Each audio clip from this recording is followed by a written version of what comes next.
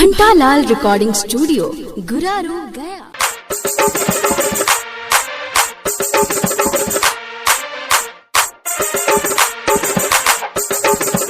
Music by mix by Vikas Bharti. मोरा छपनी सनवा गे दीदी कोई नहीं भूलाई है।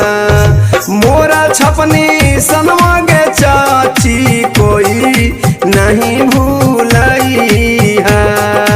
होते भी हनवा गे दीदी बटनवा दावे सब जई है।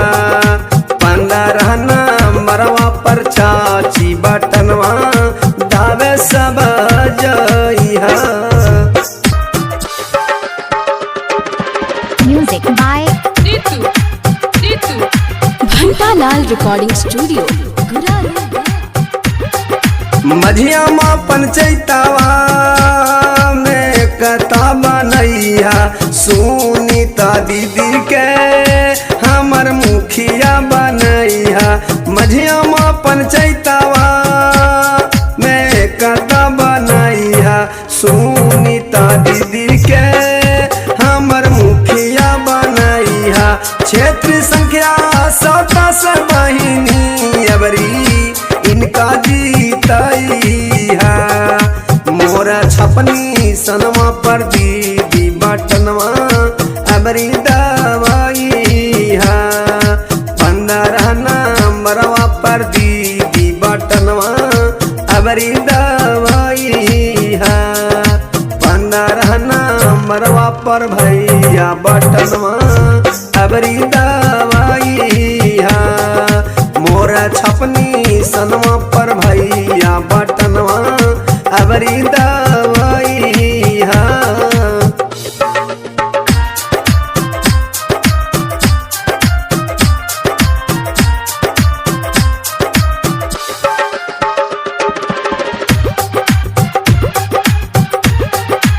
घंटालाल रिकॉर्डिंग स्टूडियो गुरारू गया। जो नहीं किया सो करके दिखाएगी।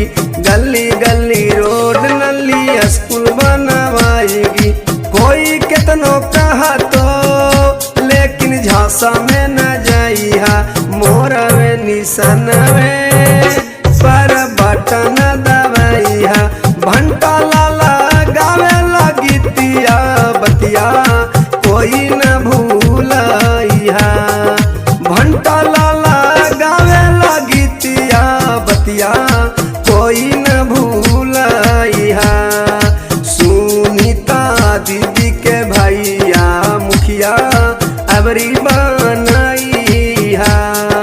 दी के हमार भैया के चाचा लजिया अबरी बचइहा। मझिया माँ पंचतवा से भैया मुखिया अबरी बनइहा।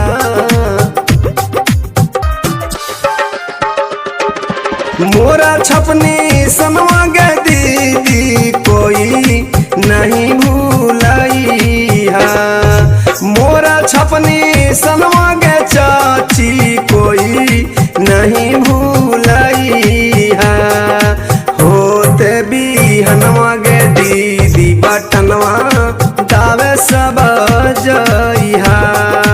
15 नंबरवा पर चाची बटनवा दावे सब जई है।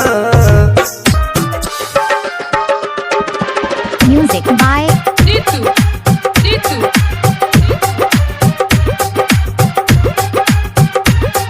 मझिया माँ पंचैतावा में कथा बनैया सुनीता दीदी के हमर मुखिया बनैया।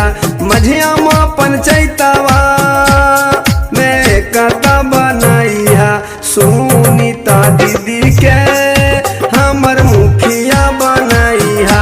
क्षेत्र संख्या 27 बहिनी अबरी इनका जीतई है। मोरा छपनी सनवा पर दीदी बटनवा अबरी दवाई है। रहना मरवा पर दीदी बटनवा अबरी दवाई है। 15 मरवा पर भैया बटनवा अबरी दवाई है। मोरा छपनी सनवा पर भैया बटनवा अबरी दवाई है।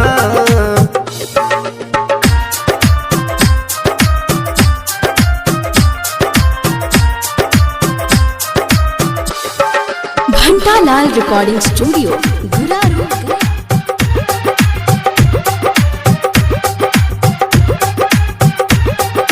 जो नहीं किया सो करके दिखाएगी, गली गली रोड नली स्कूल बनवाएगी।